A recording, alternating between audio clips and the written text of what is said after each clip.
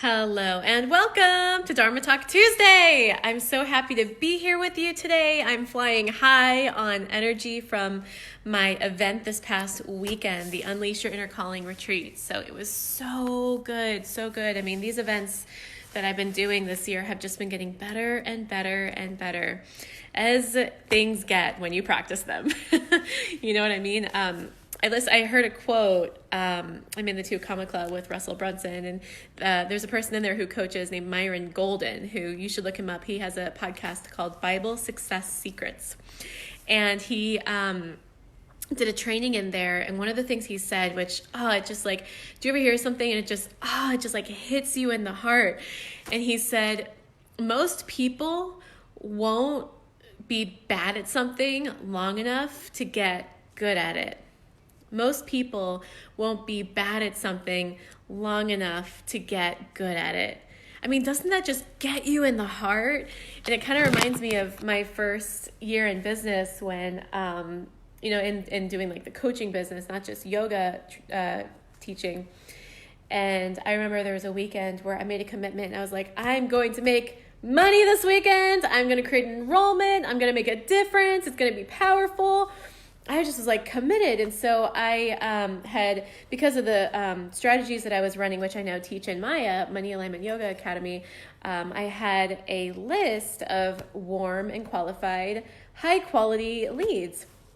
And so I made 100, I had their name, email, and phone number. And so I made 100 calls that weekend, 100 enrollment calls, and I didn't create any results. And I just remember after 50 calls on Saturday, I just remember like collapsing on the floor in frustration and a true feeling of maybe this is just never going to happen for me. Like maybe entrepreneurship is not for me. Maybe success is never going to happen for me. I mean, the stories, you know what I'm talking about? The stories that we come up with in moments like that. Every human, I say we intentionally, every human, we're story making machines. And I just, when I heard that quote from Myron Golden, I just had this feeling and this thought of, thank God I was willing to be bad at something long enough to get good at it. And now I'm one of the top enrollers I know. And I know a lot of very enrolling people, and I'm up there. And it's not because I'm special. It's not because I have some unique quality or characteristic. It's because I was willing to be bad at it for a really long time. And I was willing to just be humble and be in the process and learn and have it be messy. And I'm sharing this with you. It's been coming up a lot lately for the people I've been coaching and in the events and stuff like that. And also just by virtue of the fact that my events keep getting better and better. And I think I've always been good at facilitation. Like I think that's part of my dharma. But even so, like, gosh, I don't want to give anything away because I want you guys to actually come and experience it yourself. But just know they keep getting better and better. And it's because it's just like anything. When you practice something, you just will get better and better and better at it. So as you're hopping on, thank you for saying hi and giving us a wave and just telling us where you're tuning in from. I'm really excited about the topic today, which is the formula for a manifesting miracle. The formula for a manifesting miracle. All right. So, so there's a formula, and you're going to hear times when I say things like, I wish I could just give you a formula. And, in this case, there kind of is. And you can actually break it down and look at this very simply and realize, wait, like, this is not complicated. Like, manifesting is easy. Manifesting money especially is easy, and it's not complicated. And it's funny how complicated we humans like to make it, and how hard we like to make it, and how right we like to be about our limitations. It's actually crazy. So, okay, I want to dive into the formula with you today. There's 3 things I want to cover for the manifesting miracles formula today in Dharma Talk Tuesday. All right. You ready for this? Hearts and likes if you're ready for this, and tag your friends and family members and people who you think this will resonate with below in the comment thread, and hit the share button on this if you think this will make a difference for someone, because this is going to be a really good Dharma Talk Tuesday. Okay, so the first step in the miracle manifesting formula is to decide. is to decide. So one of the things I was teaching at the retreat, at the Unleash Your Calling retreat this past weekend, is the vibration of decisiveness. The vibration of decisiveness. So in case you have not heard me teach on it, there's a scale of frequencies or vibrations. So at the very lowest is 20, that's shame. Above that we have guilt, and then it kind of works its way up. Fear vibrates at 100, courage vibrates at 200, willingness vibrates at 310. And by the way, this scale was developed by Dr. David Hawkins. So if you're curious about like the numbers and the methodology and all of that, then go ahead and look up the book Power versus Force, because he explains it all there.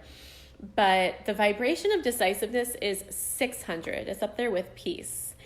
And what I'll say is that when you are in a place of indecision, you're in an inherent place of uneasiness. Think about the stories that you tell yourself when you're indecisive about something. It's like you are in perhaps scarcity, or I can't because you're in some kind of limitation. Or maybe you're in the limitation of feeling confused, which is actually a vibration in itself. Whereas when you're in the vibration of decisiveness, it's like you've landed on something. You feel peaceful around it. And so there's a vibration to that. And then that vibration generates a life circumstance.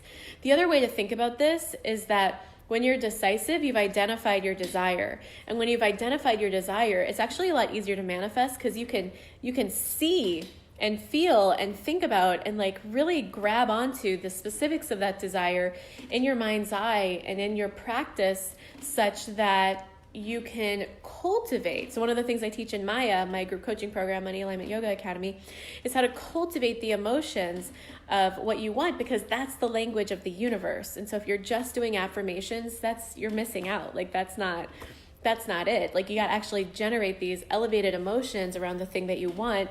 And if you don't know what you want, like if you haven't gotten clear on at the very least how you want to feel, if you haven't decided on that, then it's going to be really hard to attract that scenario into your life. And so you get to decide. So for example, let's say that you're wanting to manifest a vacation, and you say, I want to manifest a vacation. That's great, except you don't know where you want to go.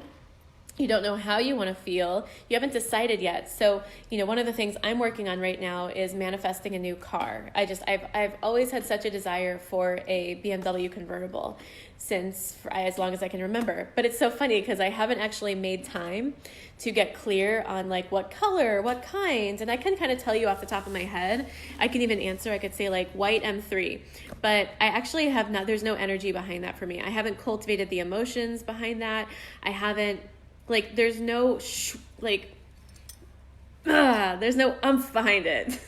You guys get what I'm saying? There's no, like, heart behind it. I haven't actually decided. There's a different vibration to something when you're, like, talking about it and you're thinking about it and you're being intellectual with it, and when you've actually decided and it's landed in your body and it's landed in your heart, and it's like it just makes you cry thinking about how excited you would be to receive that thing.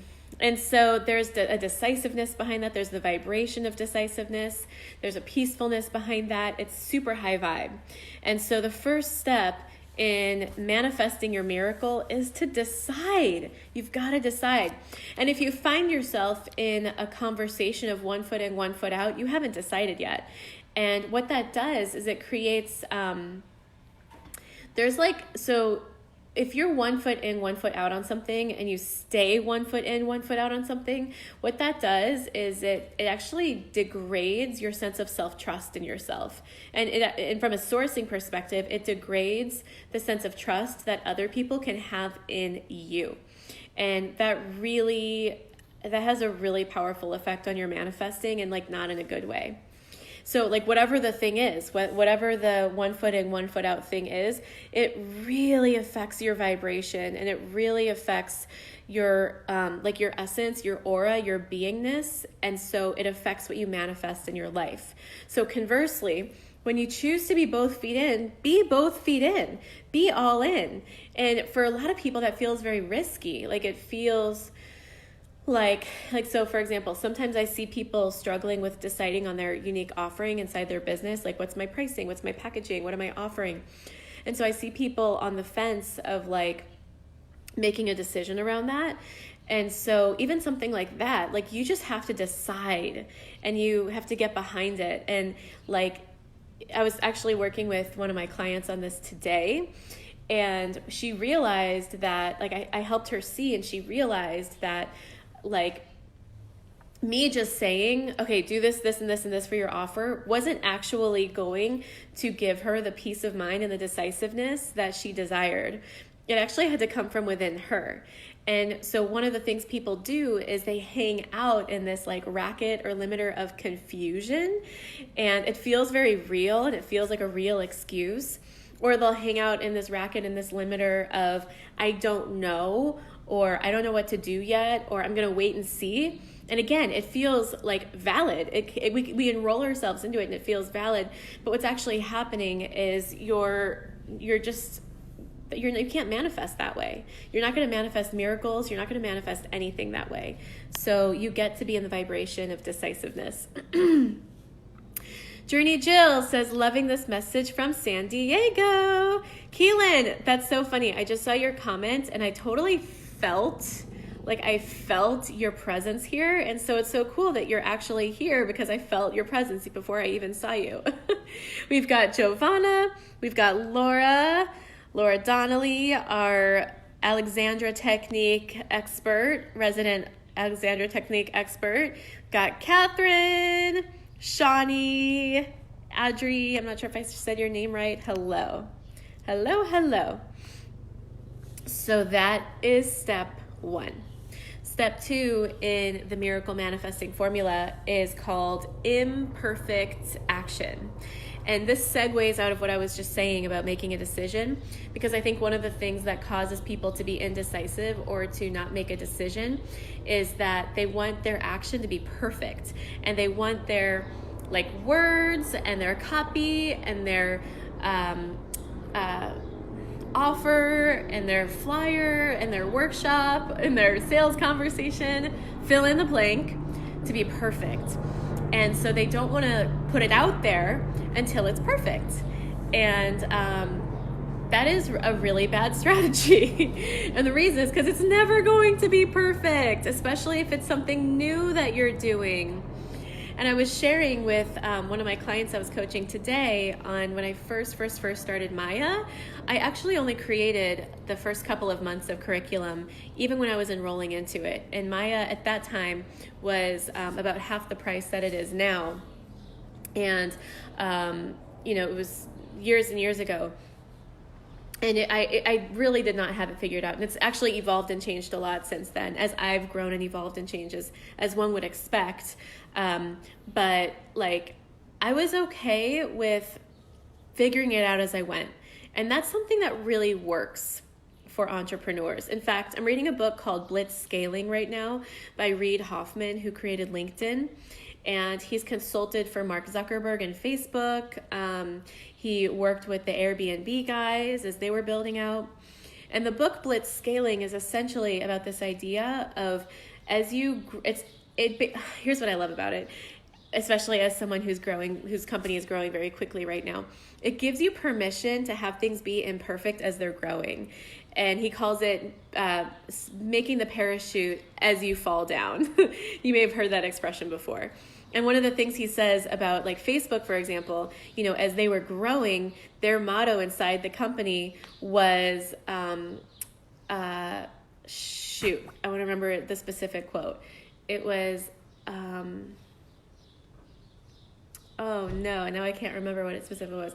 But basically it was like, they like wanted to break it. Like they want to break Facebook as it was growing. Like they wanted to create they wanted to grow so fast that it was breaking on the way up. And it kept happening. Like they kept breaking it and then they would figure it out, and they would break it and they would figure it out.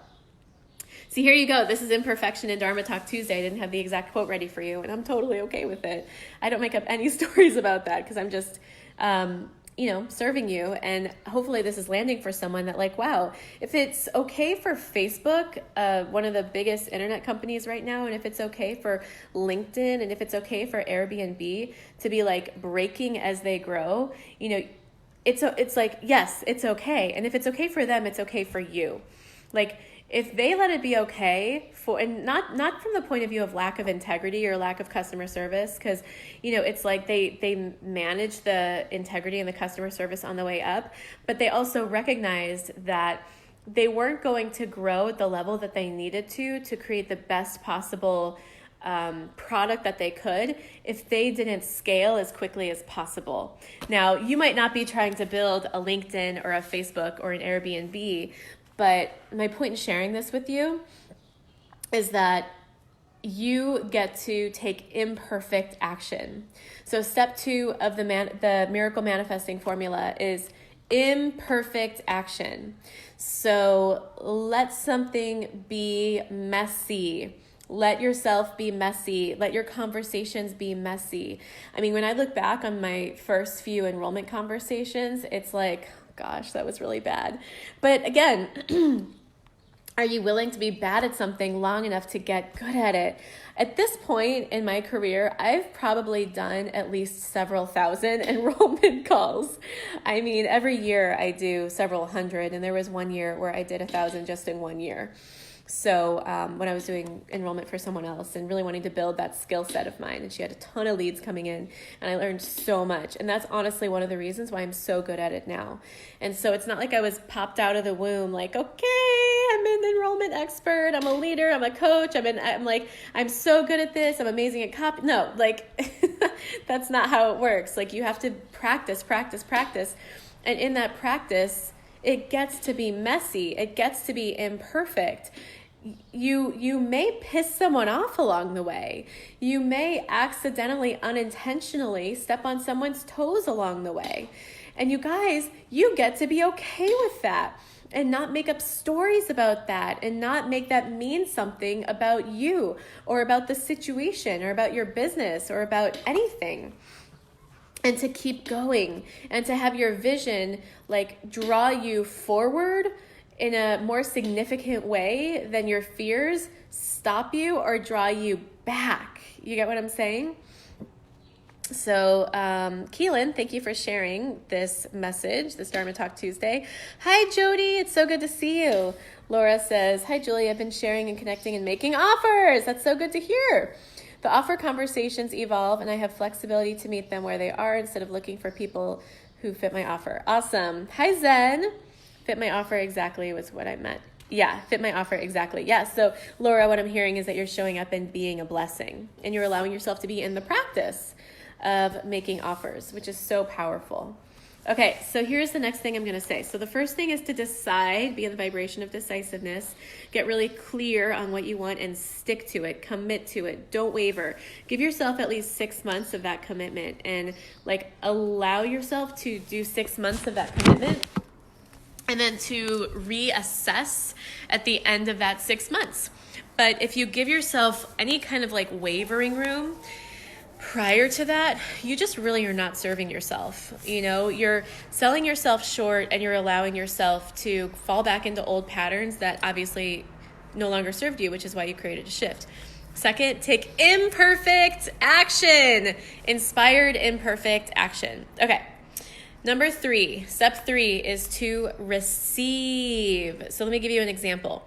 There was a woman at the retreat this past weekend who chose to join Maya, Money Alignment Yoga Academy, my group coaching program. There was actually a bunch of women who chose to join, but there's one in particular who I want to highlight who came to our first call today, which was our bonus orientation call, which was all about how to navigate the membership area and stuff like that, and just, introduce each other and all of that.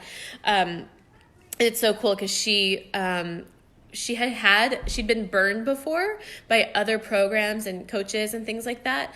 And so she felt like a heart's calling to join Maya, but she also felt like, I've been burned before, and what if this also doesn't work? Which I totally understand. I've been there before as well.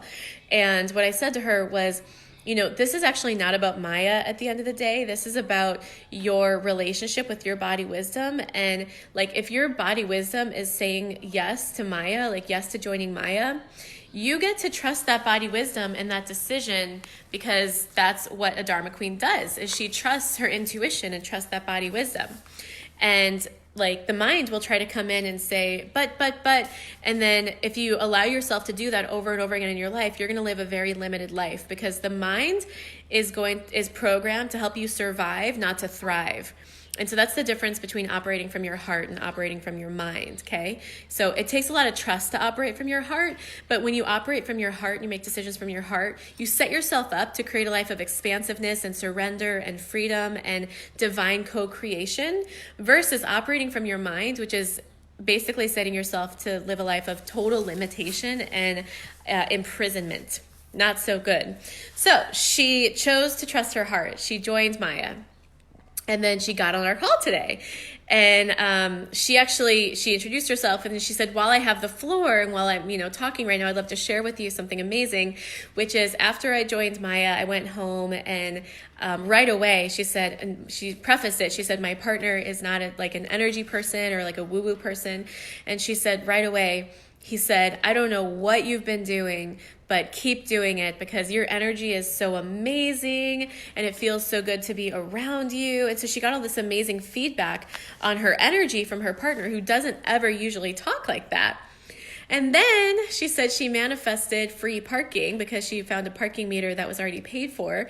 And then she manifested new clients as well as payments coming in from her services. And she charges amazing high-level services for these beautiful decorative like cakes and things that she makes. So pretty awesome stuff. She's an artist.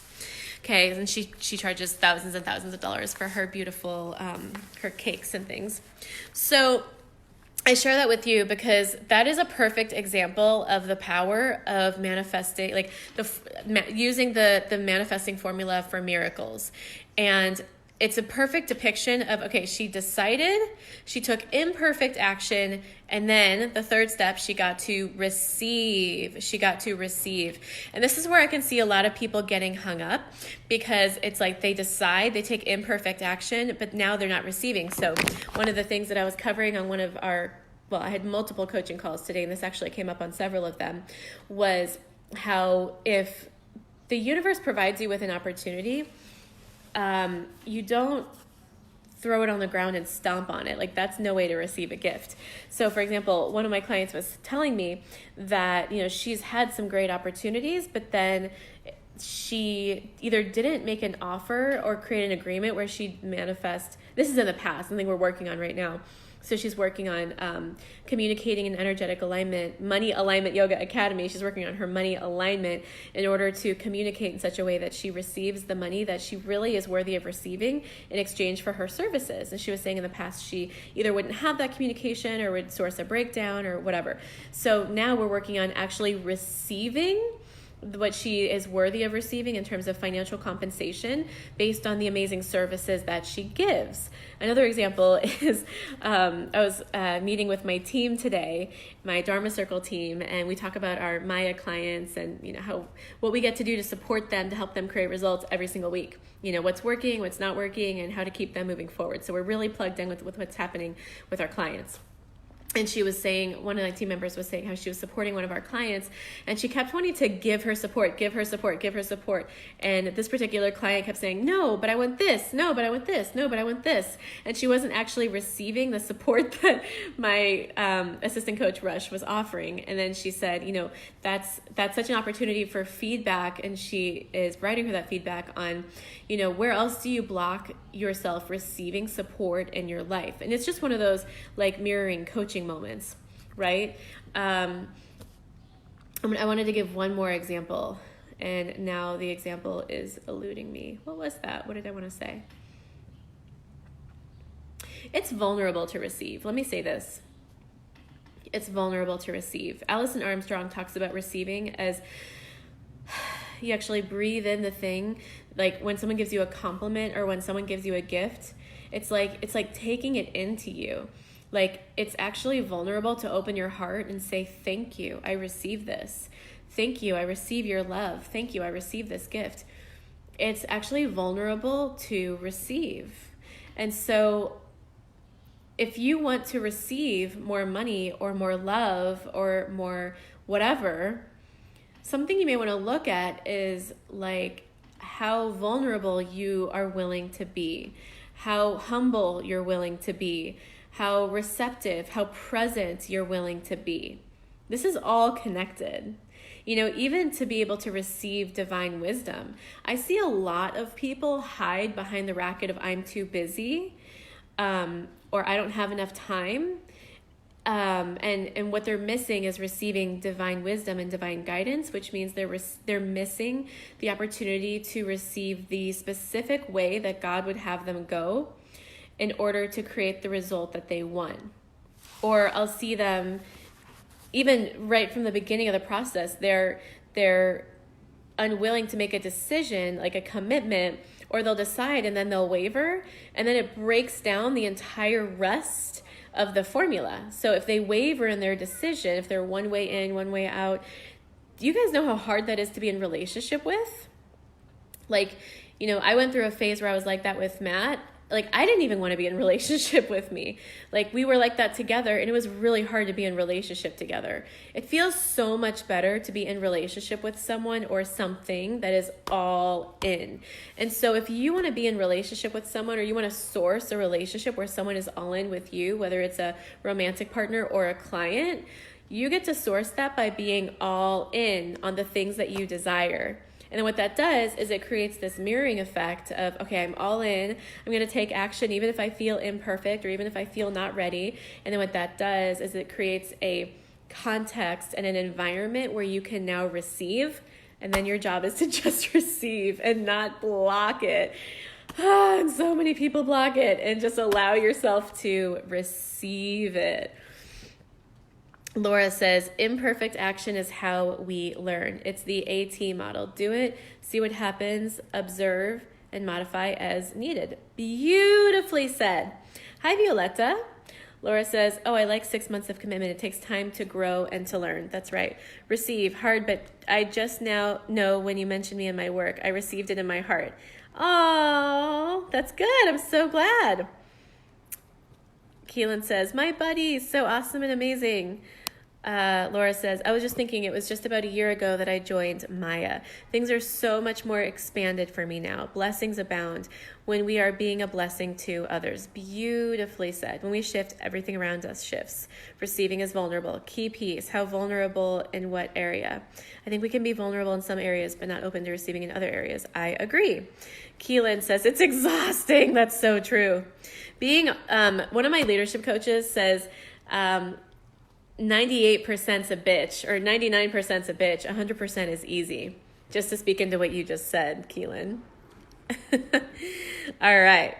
Okay, so that's it. The 3 steps to manifest a miracle, the formula for manifesting a miracle are decide, take imperfect action, and receive. Decide, take imperfect action, and receive. And that's it, you guys. And I just want to leave you with that simple message today. I want to inspire you to amp up. If you're already in that flow, that's amazing. And what's the next level that you can take it to? Like, what's the next level of faithful commitment? Like, you know, for example, I'm doing a lot of events this year, as I've shared with you before, and events are expensive, but my vision is big, my faith is big, and my decision to create a lot of impact and a lot of income this year is big. And so, if you want to receive more, you get to show God that you can be trusted with more.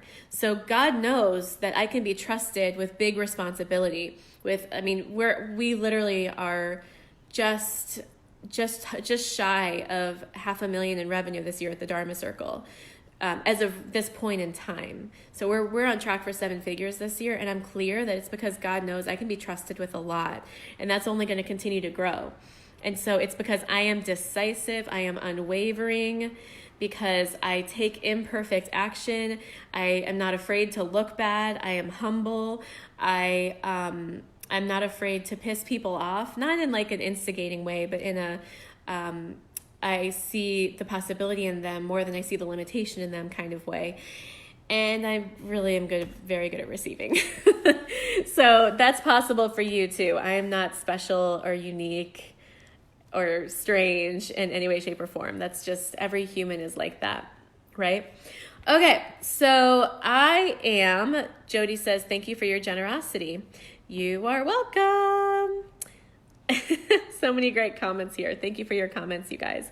Love you all. Laura, love you all. Thank you for being here. And what else do I want to say? I am going to pick up Duke here very soon. You may have noticed that I was less distracted than usual, and it's because my dog isn't here. So he was at the dog sitter this weekend while I was at the retreat, leading the retreat, and I'm headed over to go pick him up here very, very soon. So I'm sending you blessings, and I will see you next week on Dharma Talk Tuesday.